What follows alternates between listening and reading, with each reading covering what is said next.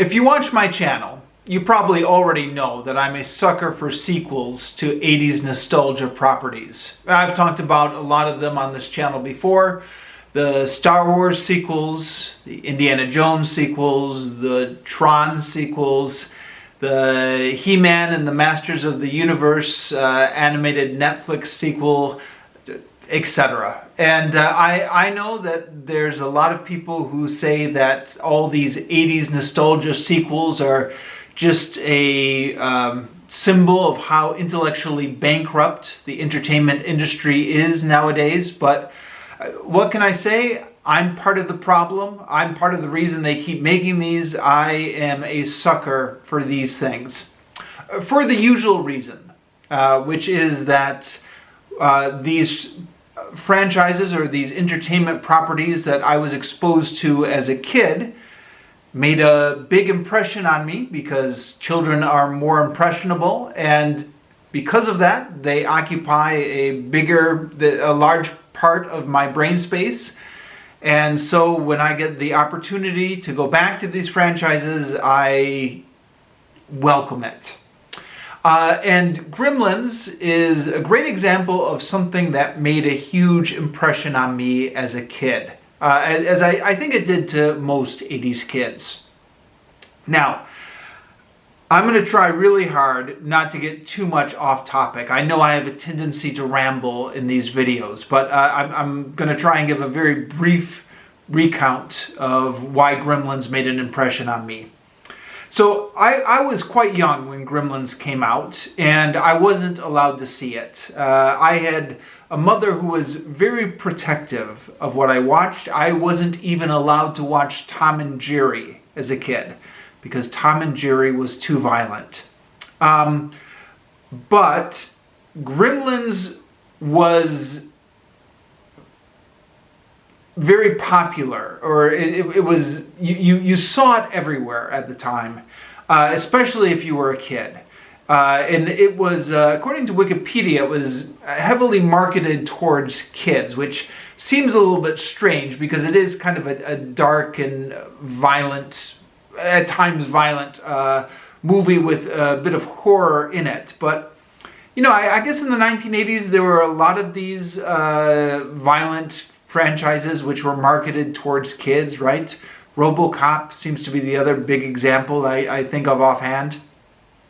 Anyways, even though I wasn't allowed to see it, I saw images of it everywhere. You know, it would be in when the paper came and they had advertisements for the new toys. There'd be Gremlin pictures everywhere. There was Gremlins wrapping paper for Christmas that one of my aunts and uncles used for family Christmas. You saw images of Gizmo pop up everywhere and advertisements on TV, and it was just, yeah, it was everywhere. And I wasn't allowed to see it, but, you know, because I wasn't allowed to see it, that fascinated me all the more. And I was trying to figure out how you could have this movie where there was this cute little, like, teddy bear-like little gizmo creature, which seemed like it was just made for a kid's movie, side by side with these evil-looking, horrific Gremlins creatures. And I was told that there was some sort of connection between Gizmo and the Gremlins, but I didn't really understand what it was as a kid. There were kids in my class at school who had seen the movie. You know, there's always some kids whose parents let them see the movie. And they were telling stories about all the scary parts in the movie, and it just fascinated me. I think around 4th grade, maybe, I was able to read one of the novelizations of the movie.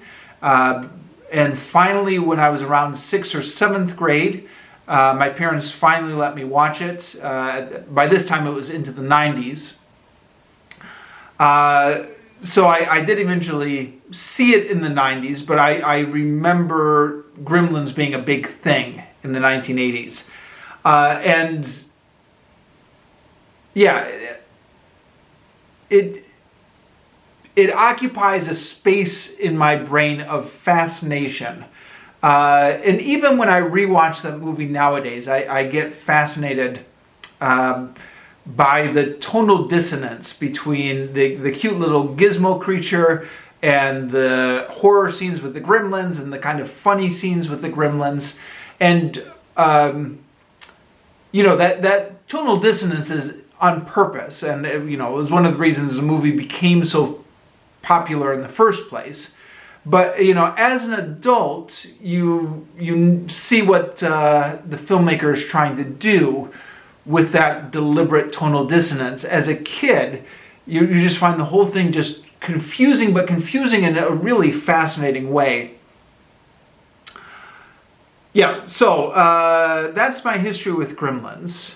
And so I'm I guess right in the target demographic for Gremlins nostalgia. I'm one of the people who remembers it as a kid, or at the very least remembers the phenomenon of Gremlins from when I was a kid. So the Gremlins prequel cartoon TV series came out a few years ago. I was living in Vietnam at the time and didn't have access to streaming services, so wasn't able to watch it when I was in Vietnam. I've been back in the US now for several months and didn't immediately rush to watch this when I got back in the US. But recently, I've had a few free evenings, and it just popped into my mind that this would be something that might be interesting to check out. And perhaps the reason it popped into my mind is because Red Letter Media recently did their Joe Dante movies ranked, in which they talked a lot about Gremlins, and I was watching that on YouTube recently. So maybe that's the reason that this popped into my mind. Probably that's the reason that this popped into my mind. But at any rate, I was thinking the other day, and just the Gremlins cartoon, I remembered it. I thought, maybe I should check that out. So, okay, 7 minutes into this video, and I'm still rambling about my backstory with Gremlins. But here we go into the review. So, this is a cartoon prequel, which, if you're not already aware, gives the backstory to how Gizmo the Mogwai ended up with that old Chinese man to begin with. So, the beginning of Gremlins movies, Gizmo is with the old Chinese man. This movie is the history of the Chinese man and Gizmo, but because we go back in time, that old Chinese man is a young Chinese boy in 1920s Shanghai. It's a cartoon for kids, and when I first started watching this, I was wondering, okay, is it going to be more kid centered or more adult centered? Because animation these days could go either way, and I knew from Wikipedia that it had been at least originally planned to air on Adult Swim. But very quickly on, you realize that this is geared towards kids. Now, the first episode especially seemed very kiddie to me, to the point where I was thinking, okay, maybe I don't need to watch all 10 episodes. Like I checked it out, I dipped my toe into it, but I'm not sure I want to justify the time of watching all 10 episodes of this TV series. And yeah, it gets better as you go on, though, which in a way is a little bit strange. I mean, ordinarily, TV shows often get better as they go on because it takes the writers a little bit of time to find out what they're doing. In this case, though, this is part of the modern streaming era, which means I believe all 10 of these episodes were produced at once and then just all dumped down onto the streaming platforms at the same time. So you wouldn't think that this is normally the type of thing where it takes the writers a little bit to find their stride. But it seems to take the writers a few episodes to find their stride. I don't know. Maybe the show just grew on me, or maybe it's just the story takes a little bit of time to ramp up. But for whatever reason, by episode 3, I thought, okay, this is starting to get interesting now. Episodes 1 and 2, I was kind of thinking, okay, this isn't that great. It's a little bit too kiddie. The plot seems to be taking a lot of leaps, and the jokes are terrible. Episode 1 especially was trying to do a lot of humor, but it was just a lot of really cringe, like humor aimed at 5th graders or something like that. It just was not funny at all, I thought. But it got better. The pacing got better. The action got better. The plot got more intense and more complicated. The humor got better as the show went on. So by the time I got to the second half of the season, episodes 6, 7, 8, 9, 10, I was loving it. I thought it was, it was still something that was probably more aimed towards kids than adults. And probably like a lot of people, my generation, I watched this with my kids. I've got young kids now, and they were right at the age where they could enjoy it. They sometimes complained that it was getting a little bit too scary, but I said, okay, well, you guys don't have to watch this with me. You can go to the other room. But they stayed and they watched it. And, I think as a parent, there's always a question about what content is appropriate at what age, etc. But I think Gremlins is good to scare kids just a little bit. Should be just a little bit scary for them. And yeah, it was. And a way I thought was just kind of right. So the show starts off with Gizmo leaving the Mogwai village because he gets in a fight with an eagle and gets carried away. And then he's falls down from the eagle and he lands in the middle of a river, and he's in a little branch which is operating as a boat. But then it starts to rain. And of course, Mogwai can't get wet, right? That's one of the rules. Otherwise, more Mogwai will spawn off from them. And I was watching this and I thought to myself, this is a little bit silly, isn't it? I mean, it rains in the natural world. So how do Mogwai stay out of the rain all the time? How do they avoid getting wet all the time? And I was reminded about Gremlins 2. So Gremlins 2, the backstory behind that is the studio wanted a sequel, but Joe Dante, the writer and director, I believe, he was writer and director, didn't think you could do another Gremlins movie because the premise was pretty silly. There are these creatures, you can't feed them after dark, you can't put them in light, you can't get them wet. And that works for one movie. But if you carry this premise any farther than kind of one short story, then the audience is going to get critical of it very quickly and realize all the holes in it. Which is why they made Gremlins 2 into a comedy, or into a satire or a parody of itself, where the movie itself was saying, aren't these rules just ridiculous? Isn't it just silly that you could have creatures that have these rules with them? And I thought, as I was watching the Gremlins cartoon, I was reminded of that and just kind of how silly these rules were. And I thought, oh, maybe it's not a good idea to do a whole television show exploring the world building behind the Mogwai and behind Gremlins, when the whole world building is pretty silly, when the whole premise is pretty silly. And yet, spoilers, as you go through the season, things actually start to make a bit more sense. So you learn more about the Mogwai home in the Jade Valley. And you learn that it's protected from the outside world. Presumably it's protected from the rain.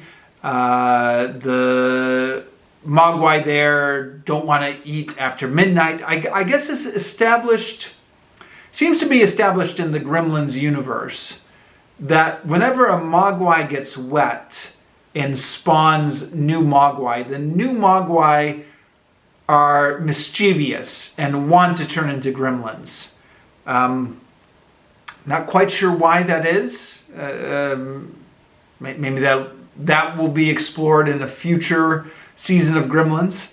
But that seems to be the logic operating in the movies, and that's the logic in this TV show. So, okay, we'll take that as a given. When the Mogwai are living in their home in the Jade Valley, they're protected from that. But once they get out in the wider world, then if they get wet, then they spawn mischievous Mogwai who turn into Gremlins, I guess is the rule. So the show takes place in 1920s Shanghai. It makes sense that it takes place in China because, again, when the first Gremlins movie opens, the owner is an old Chinese man. But then, having established itself in 1920s Shanghai, the movie leans heavily into China being the land of all sorts of strange magical creatures type trope. Which is, you've got the Mogwai and the Gremlins are coming from here, and then we're just going with all these strange magical creatures in China. And yeah, in the 1920s, Shanghai was quite often a backdrop for Western adventure stories. In fact, when I was in college, I took a whole course on this. One of the electives I took for an interim course, which is what they called it at my school, where you just took a fun class to explore, was Western Perceptions of China, in which in the 1920s, Shanghai was an international city in the 1920s. It was governed by Western powers, part of the concessions that China had to give up. So there were all these Westerners living in Shanghai, and Shanghai was the backdrop for all these exotic adventure stories. And Gremlins, Secrets of the Mogwai TV show is set in 1920s Shanghai. So it's right in that era when this was often used as that backdrop. Now, part of me was a little bit surprised that they went this route and that they got away with it. And I mean, I know that the original Gremlins also was portraying the going into that trope of like the mystical, mysterious Chinese man.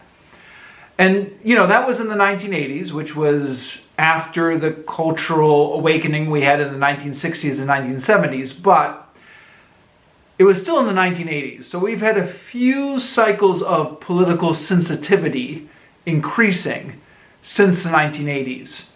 And in the 2020s, I would have thought that maybe you couldn't get away with that mystical 1920s Shanghai China, but they did, and I'm sure that the creators of this TV series would argue that they are paying homage to Chinese mystical traditions. And according to Wikipedia, a lot of the characters in this series are characters from Chinese myth and legend. I'm going to take Wikipedia's word on this. I didn't look them all up myself, except the goddess Nuwa, who, if you've seen this show, you know she features prominently in the second half of the first season. If you haven't seen the show, okay, well, I guess I'm telling you now, she features prominently in the second half of the first season. I did actually click on the link in Wikipedia, and okay, she does seem to be a real Chinese goddess. So yeah, I guess the line we're going with here is it's not a stereotype of 1920s China. It's a homage to Chinese traditions. Now the bad guy is the bad guy in here seems to be straight out of the 1920s pulps again.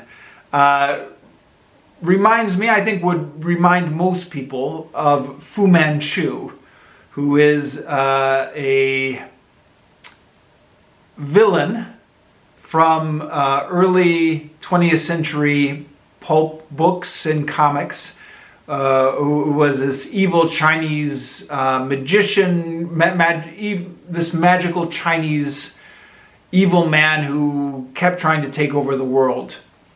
And the villain in this story is a magical mystic guy in China who wants to take over the world. But he doesn't appear to be Chinese. They give him the name Riley Green. So I guess he's one of the Westerners who lives in China, even though he appears to know all sorts of mystical Chinese arts. So, yeah, and again, I don't know, this is one of those things where I went to Wikipedia, I searched around for a few reviews of this cartoon television series. There wasn't a lot of information on the internet, or at least not a lot of information that I found doing my standard cursory Google searches, where you only look at the first 10 stuff that comes up. But yeah, it would be interesting to know exactly what the creators were thinking with this. I suspect, because it's the obvious thing, is they wanted to do a Fu Manchu type villain. They couldn't do Fu Manchu because Fu Manchu is considered incredibly racist nowadays. So they just switched him to a white guy. So it's not a racist Chinese villain now. He's white. Except, I don't know. I spent some years living in Japan, and if you've watched any Japanese anime, you'll know that for whatever reason, Japanese anime will often portray white-skinned or Caucasian characters in Asian settings. And, I guess they're supposed to be Asian characters, but just given a different visual design in the anime. And with that background in mind, it wasn't entirely clear to me what they were doing with this Riley Green guy. They didn't give him a backstory about, him being a Frenchman who had traveled over to China from France or anything like that. So, anyways, I'm spending way too much time on this.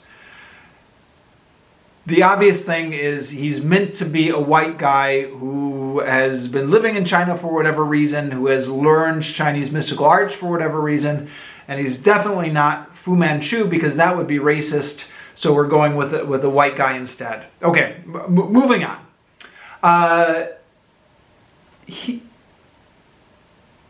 He serves as the antagonist throughout all the episodes. Now, obviously, in any Gremlin property, the Gremlins themselves are supposed to be the bad guys. and they do pop up as bad guys. And I read at least one review of this TV series, which says that having the Gremlins become henchmen of the main bad guy took away a little bit from the natural chaotic sense of the Gremlins, what you would expect from a Gremlins property. And that's true to a certain extent, but I thought that the TV series did a good job of balancing those tensions. So the Gremlins were in alliance with the main bad guy, but it was always an uneasy alliance, and the Gremlins were always given to bursts of chaoticness. And then, I guess, spoilers. Then at the end, there's several little plot twists back and forth where there's a falling out of the alliance, and it's a little bit unclear who's going to get the upper hand, the Riley Green guy or the Gremlins or the good guys. And so all of that helps to keep the show interesting. The show at the beginning has some episodes. So I guess somebody wanted some of these episodes, somebody wanted the show to feel like a TV show where it had individual episodes arched into an overarching story which develops. And that is true maybe for the first 5 episodes. But then once we get to the second half of the season, then the momentum of the plot really kicks in. It is, like I said before, a cartoon aimed at a kid's audience, but it doesn't feel like a kid's TV show. It feels like a kid's movie. And, it feels like one of the better kids' movies, which I guess it kind of is, right? These new streaming era shows where they produced 10 episodes all at once and then just dump them down all at once. It is almost meant to function as a movie with, a little mini climax every 22 minutes. And it does feel like it has cinematic production values. The animation looks really nice on this. It seems like a lot of money went into the animation budget on this. And the highs and lows of the protagonist's journey on this, it's a little bit cliche. Like they have like the low point where it feels like they're never going to win, and then they come back from amazing odds, and those kind of ups and downs of the hero's journey are a little bit cliche, but are perfectly serviceable and work great in this.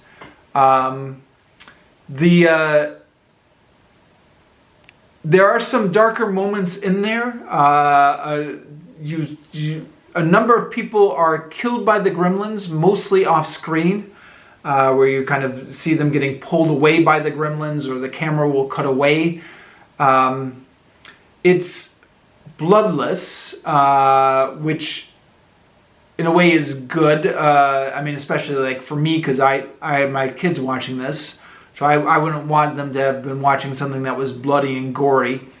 But, at the same time, some of this bloodlessness can be a little bit confusing. Like when somebody gets their finger bitten off or their hand chopped off, you're thinking, okay, why isn't it bleeding? It should be bleeding more, right? But obviously the reason that it's not bleeding is because it's a cartoon. And so you're going by cartoon logic, and I think you have to accept that once you start watching this.